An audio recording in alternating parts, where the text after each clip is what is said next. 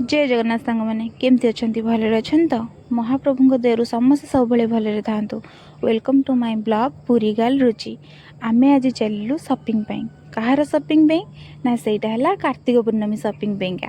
आपण मन तो समस्त जानी कि ए मासटा कार्तिक मास चलुची आउ ए मासरे ही आमको टिके शीत फील होची कहीं विंटर सीजन आरंभ हो नथिला।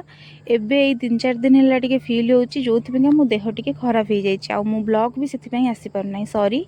फास्ट अफ ऑल तो से सॉरी मागुची। आमे एबे आसिलु शॉपिंग का। आसंतु देखिबा शॉपिंग आमे कौन कौन सब कलु आ कोठिक आस्तिलु।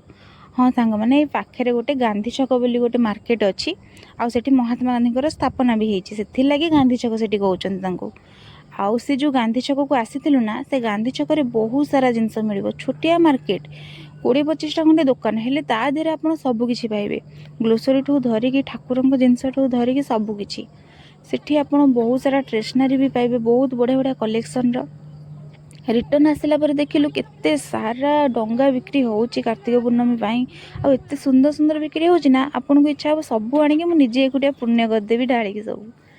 ताहा परे आमे आसिलु टिके मार्केट को मार्केट ना परिवा मार्केट कहीं आमर टिके सरी जाइथिला परिवा जिनस परिवा तो आमे हॉस्टल रे रहउछु लेंबू लंका पियाज बास नबा को आस्तिलु।